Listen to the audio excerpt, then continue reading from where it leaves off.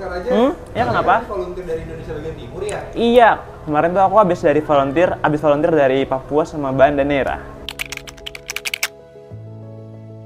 Kan waktu aku volunteer itu di Banda Neira, aku bertugas jadi tim dari divisi pendidikan.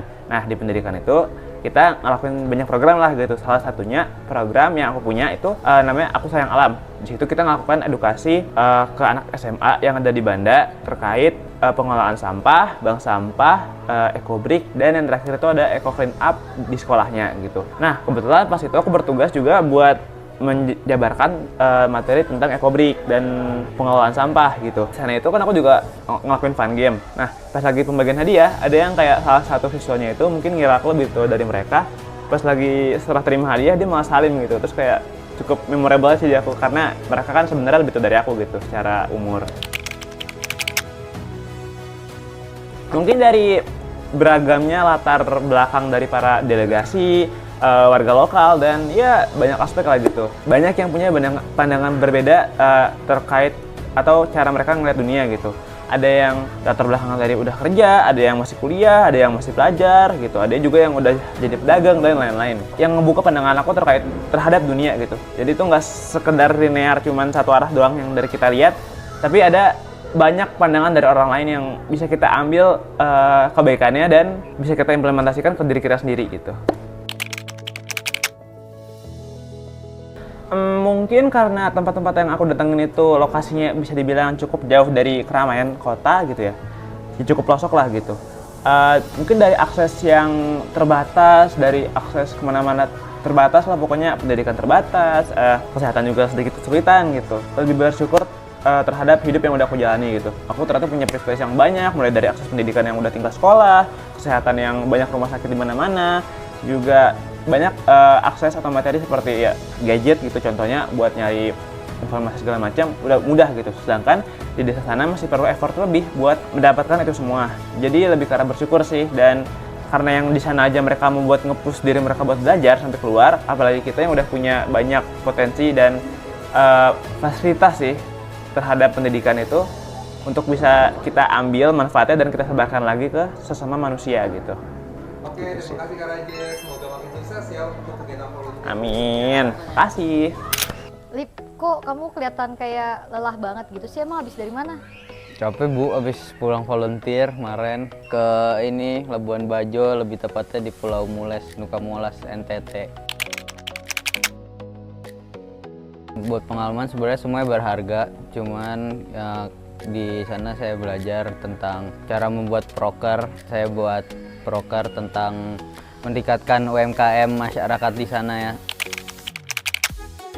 Kita waktu itu tuh lebih ke jajanannya, jadi itu ada kacang umpat sama abon ikan cakalang.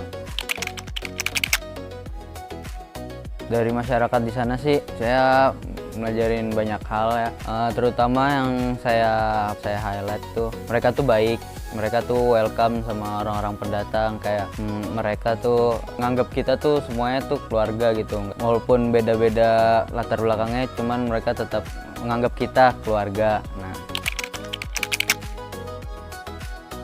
kalau pas buat volunteer, buat dari delegasinya sih kayak kita kan beda-beda latar belakang ya, agamanya juga beda-beda, terus umurnya gitu-gitu beda. Jadi kayak lebih kita saling menghormati aja, terus kayak kalau ada berbeda pendapat pasti, karena kan kita beda-beda pengalaman hidupnya.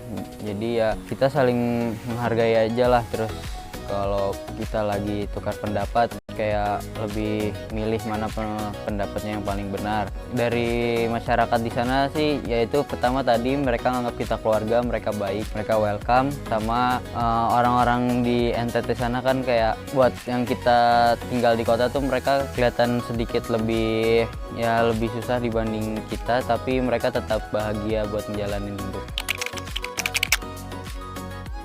Wah, buat rencana sih pasti ada sih, bakal ikut rencana volunteer lagi. Oke, sampai ketemu ya di volunteer berikutnya, Alif. Terima kasih. Dah. Kakak Abi, lagi ngapain? Aku lagi bersihin memori nih Pak Hanan, karena nanti mau volunteer ke Vietnam. Judulnya itu Palm Polly, Where Every Soul Learns to Bloom. Jadi bukunya itu bercerita tentang bunga anggrek langka yang bernama Ghost Orchid dengan nama lain Palm Polly gitu. Bercerita tentang anak muda yang juga di sana bercerita tentang cerita fantasi gitu ya. Anak muda yang mencari jati dirinya dan juga potensi serta peluang lewat cerita fantasi di angkasa gitu Pak Hanan. Jadi yang paling menarik di buku ini menurut aku adalah ketika anak muda itu punya potensi dan juga bisa mencari potensi mereka lewat sebenarnya lilin yang ada di dalam diri mereka yang ingin mereka nyalakan gitu Pak Hanan. Jadi saat mereka ingin menyalakan lilin itu ada step by step yang aku ceritakan di buku itu. Sampai akhirnya lilin dalam diri mereka temukan dan akhirnya bisa menyala gitu Pak Hanan. Jadi untuk chapternya itu ada 6 chapter Pak Hanan. Isinya tuh berbeda-beda dan setiap chapter tuh ada setiap bunga sebagai representatif dalam cerita tersebut gitu. Paling aku bangga itu chapter 2, dikarenakan di chapter 2 itu anak muda ini dikategorikan sebagai aku juga. Di sini tuh bercerita tentang kerajaan di atas langit gitu ya Pak Hanan. Dimana di atas kerajaan itu mereka sedang mencari potensi diri mereka lewat berbagai makhluk dan juga berbagai cerita yang mereka dapat dari angkasa gitu. Jadinya mereka bisa menemukan nih apa saja sih yang mereka ingin tahu, apa yang mereka sukai, dan akhirnya menemukan potensi mereka lewat lilin dalam diri mereka yang mereka nyalakan gitu Pak Hanan. Oke, aku belajar mungkin pas aku International Future Leader di Singapura dan juga Malaysia, aku belajar banget di sana tuh budayanya beragam banget. Jadi mulai dari kuliner, mereka juga punya karya seni yang mereka pajang di jalanan dan bahkan mereka tuh punya bahasa yang juga unik gitu Pak Hanan. Oh gitu ya. Oke deh, terima kasih Kak Ati, semoga makin sukses ya. Siap, amin. Thank you Pak Hanan. Kak Bintang, lagi ngapain? Aku lagi nonton berita Palestina nih. Karena dari berita yang aku tahu, sampai sekarang masih banyak warga Palestina yang sangat kesulitan akibat adanya konflik yang sedang terjadi. Dan dengan mengajak orang lain peduli, kita bisa menambah rasa kemanusiaan serta dukungan untuk mereka. Semoga setelah membaca buku ini bisa bikin kita lebih peduli, lebih paham tentang Palestina, dan tidak percaya dengan berita hoaks yang beredar. Harapan aku semoga Palestina segera merdeka dan hidup damai, serta Indonesia terus mendukung nilai kemanusiaan yang ada. Begitu. Oke, terima kasih Kak Bintang. Terima kasih. Kalian lagi ngapain? Kita lagi bikin laporan project nih. Oh, tentang apa itu proyeknya? Kita bikin usaha tentang crafting store. Jadi awalnya kita tuh disuruh bikin project. Nah terus saat itu tuh minat buat bikin kerajinan tangan aku tuh lagi tinggi dan aku langsung usulin lah ke Nana. Terus Nana setuju, jadi kita langsung lah bikin project. Bagian paling menarik saat pembuatannya, karena harus menggunakan kreativitas ya kan Nak? Iya, kita harus mikir-mikir. Kalau buat ngembangin lagi, kita mau lebih luas jangkauan pasarnya. Waktu itu sih peluang yang kita lihat itu karena produk ide bisnis kita ini tuh punya banyak punya target pasar yang luas. Terus juga kayak ini tuh nggak cuma sekedar bisa buat diri sendiri, tapi mereka juga bisa beli buat hadiah-hadiah. Kalau buat bisnis plannya ini yang paling menarik itu pas kayak ngerancang produk kayak gitu sih. Karena ya lagi-lagi kita juga harus mikir-mikir ide kreativitas kita. Waktu itu kita sempat dapat feedback atau masukan dari Pak Budi buat jualan bikin keychain yang banyak khusus Hari Guru, terus kita jualin di Saimar. Itu kayak challenge gitu. Terima kasih karena sama Kak Ismail, semoga semakin berkembang ya bisnisnya. Sama-sama.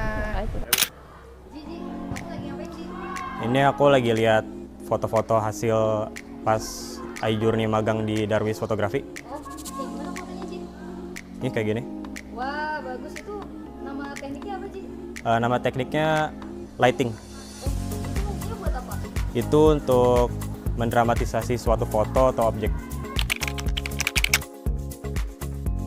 Semoga hasil foto aku bisa menginspirasi banyak orang untuk belajar fotografi dengan teknik yang baik dan benar. Iya, lagi ngapain? Oh, ini lagi ngerjain laporan buat kemarin abis magang, Pak. Oh, emang kamu magang di bidang apa? Aku magangnya di bidang fashion, Pak. Ada sih, Pak, itu pengalaman saya ketika bertemu sama salah satu buyer.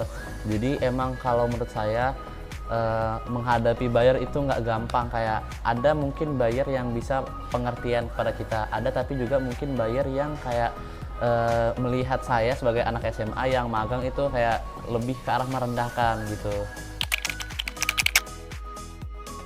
Kalau skill yang paling berkembang itu salah satunya ada skill berkomunikasi saya, karena ketemu banyak orang, jadi skill berkomunikasi saya itu sangat berkembang.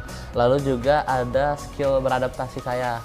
Jadi saya dari kelas SMA ini saya juga sudah bisa merasakan bagaimana nanti dunia kerja. Jadi mungkin kedepannya memasuki dunia kerja saya sudah ada skill untuk beradaptasi tersebut. Oh, ada banget, Pak.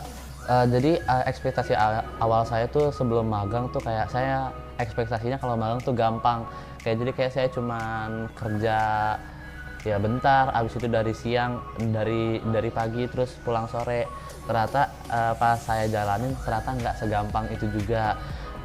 Bagian awal-awal itu saya kerja ada tuh 1 mingguan saya pulang itu sekitaran malam, dan menurut saya itu kayak itu capek banget, Pak.